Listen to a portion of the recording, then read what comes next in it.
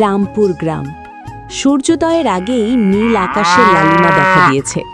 এই গ্রামের সবচেয়ে পরিশ্রমী মানুষটি হলেন মহেন্দ্র, কিন্তু তাকে সবাই চেনে মহেন্দ্রা কিষান নামে। তার দিন শুরু হয় তার লাল রঙের পুরনো কিন্তু শক্তিশালী ট্র্যাক্টর ইমেন্ডারের পাশে। সবাই যখন প্রযুক্তির চেয়ে ভাগ্যের ওপর বেশি ভরসা করে, মহেন্দ্র তখন ভরসা করে তার হাতের স্টিয়ারিং আর ইঞ্জিনের গর্জনের ওপর। কিরে বন্ধু, আজ ঘুম ভাঙল? আকাশ যা বলছে, আজ কিন্তু অনেক কাজ। গতরাতে বৃষ্টির গন্ধ পেয়েছি, আজ মাটি তৈরি করতে হবে। তুই রেডি তো? আরে মহেন্দ্র, লোহার সাথে এত কি কথা কস? ও কি আর তোর কথা শুনবে? তার চেয়ে চল কয়েকটা বলদ ভাড়া করি, মাটি আজ বড্ড শক্ত। চাচা, ইমেন্ডার শুধু লোহা নয়, ও আমার কলিজা। বলদ ক্লান্ত হবে, কিন্তু আমার ইমেন্ডার একবার গর্জে উঠলে মাটি নিজেই পথ ছেড়ে দেবে। হঠাৎ আবহাওয়া বদলে গেল। কয়েকদিনের টানা খরার পর আকাশ ভেঙে বৃষ্টি নামল ঠিকই, কিন্তু মাটি হয়ে গেল পাথর আর কাদার এক অদ্ভুত মিশ্রণ।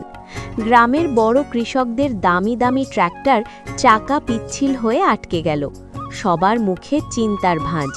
মহেন্দ্র জানত এই সময় জমি চাষ না করলে পুরো বছর উপোস থাকতে হবে। হবে না রে মহেন্দ্র, হবে না।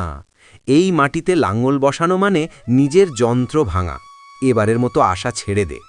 আশা ছাড়ার জন্য মহিন্দ্রা কিষান জন্মায়নি মোড়ল মশাই। আপনারা শুধু রাস্তাটা খালি করে দিন, আজ মাঠ কথা বলবে। আর একটু ইমেন্ডার, আর সামান্য একটু। দেখ, পাড়ার লোক হাসছে আমাদের দেখে। ওদের দেখিয়ে দে তুই কি চিজ। জোর লাগা, আরও জোর। হবে হবে মহেদ্দার, হবে। সাব্বাস মহেন্দ্র। ওরে দেখ, ইমেন্ডার তো দেখি মাটি চিড়ে ফেলছে। চল চল, সবাই মিলে উৎসাহ দিই। বিকেলের আলো যখন ম্লান হয়ে আসছে, তখন দেখা গেল পুরো মাঠ নিখুঁতভাবে চাষ করা হয়ে গেছে। মহেন্দ্র ঘর্মাক্ত শরীরে ট্র্যাক্টর থেকে নামল। ইমেন্ডার তখনও ধিকধিক শব্দে চলছিল, যেন দীর্ঘ যুদ্ধের পর এক বিজয়ী যোদ্ধা হাঁপাচ্ছে। গ্রামের মানুষ আজ মহেন্দ্রকে নয়, ইমেন্ডারকেও মালা পরাল। আমারে মাপ করিস বাবা মহেন্দ্র।